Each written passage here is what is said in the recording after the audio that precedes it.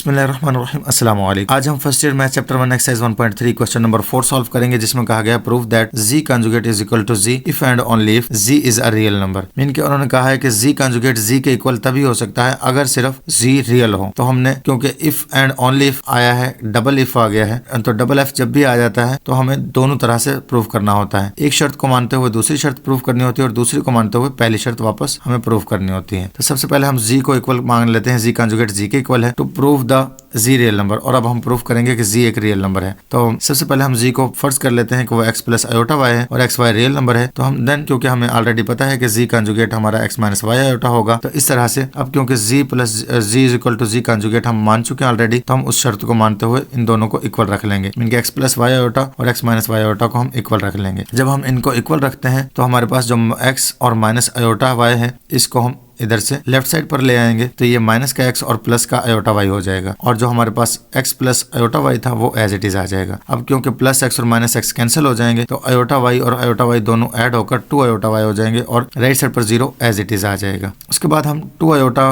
का कह सकते हैं कि 2 आयोटा जो है 0 के इक्वल नहीं हो सकता, इसलिए सिर्फ y ही 0 हो सकता है। इस तरह से अगर y 0 साबित हो जाता है तो फिर हमारे पास जो रियल नंबर था z वो x प्लस 0 आयोटा होगा। मीन के वो x प्लस वाई आयोटा के बजाय x प्लस 0 आयोटा हो जाएगा। तो अब x प्लस 0 आयोटा होगा तो हम उसे x लिख सकते हैं, तो वो एक रियल नंबर है। तो इस तरह से साबित हो चुका है कि z एक रियल नंबर ही है अगर z और z का कंजुगेट इक्वल होते हैं। तो कन्वर्सली में हम प्रूफ कर लेते हैं। तो सबसे पहले हम z को रियल मान लेंगे और अब हम प्रूफ करेंगे कि z का कंजुगेट और z इक्वल होगा। तो सबसे पहले हम z रियल है तो x प्लस वाई आयोटा लेंगे और and z is real, z real है तो इसमें y जो है वो 0 होगा। अब क्योंकि हम ये कह चुके हैं कि z रियल है, z अगर रियल होगा तो y उसमें इनके इमेजिनरी जो पार्ट है वो 0 होगा। तो z जो है वो रियल तभी हो सकता है जब x हमारे पास रियल नंबर हो और इमेजिनरी पार्ट जो है वो 0 हो, तभी z रियल हो सकता है। इसलिए हम z सिर्फ z is equal to x लेंगे, और अगर z का हम कंजुगेट लेंगे तो z कंजुगेट x कंजुगेट के इक्वल है और x एक रियल नंबर है, इसलिए z कंजुगेट जस्ट x ही वापस आएगा। और अब क्योंकि z वापस x आ चुका है, z कंजुगेट भी वापस x आ चुका है, तो z भी x था और z कंजुगेट भी x है, तो ये इक्वल प्रूव हो चुके हैं क्योंकि x एक रियल नंबर है। तो ये इस तरह से कन्वर्सली भी प्रूव हो चुका है। तो क्वेश्चन कंप्लीट हो चुका है हमारा।